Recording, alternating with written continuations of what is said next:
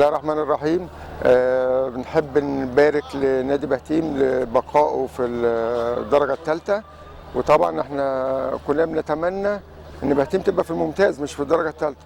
فطبعا بنحب نبارك لمجلس الإدارة بقيادة المستشار سمير مصطفى الزهار وجميع أعضاء مجلس الإدارة على المجهود الوفير في بقاء الفرقة في الدرجة الحالية، وإن شاء الله نتمنى انها تبقى في درجه اعلى واعلى واعلى وتلعب في الممتاز. طبعا زي ما انتم شايفين ان الملعب ارضيه سيئه للغايه، يعني الفرقه لعبت في ظروف صعبه جدا جدا جدا. وطبعا بحب اشكر الكابتن ياسر عمر على ان هو قام بانقاذ الفرقه في الوقت المناسب، وطبعا مع الامكانيات المتاحه، مع امكانيات متاحه وامكانيات محدوده. احنا عارفين احنا عايزين طبعا من كل الدنيا كلها انها تبقى تلتف حوالين نادي بهتيم، وان شاء الله بهتيم تبقى في الدرجة الثانية والأولى والممتاز بإذن الله، ونتمنى التوفيق للجميع.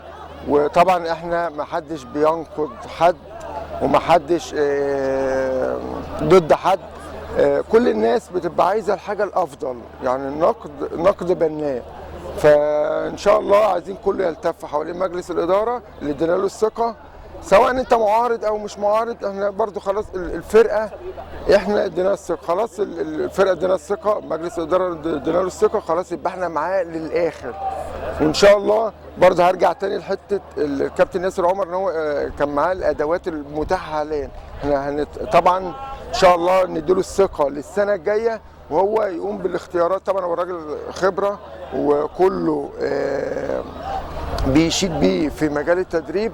احنا طبعا هيبقى معاه الفرصه مع الماتشين الجايين، ممكن يجرب اكتر من اللعيبه اللي هم اللي ما لعبوش يعني. وبرضه احنا عايزينه يكسب، يعني قالوا ايجيبت والشرطه عايزين نكسب، عايزين بهتيم تبقى برضه في مركز متقدم. والف مبروك لكل جماهير بهتيم، وان شاء الله بهتيم الى الافضل.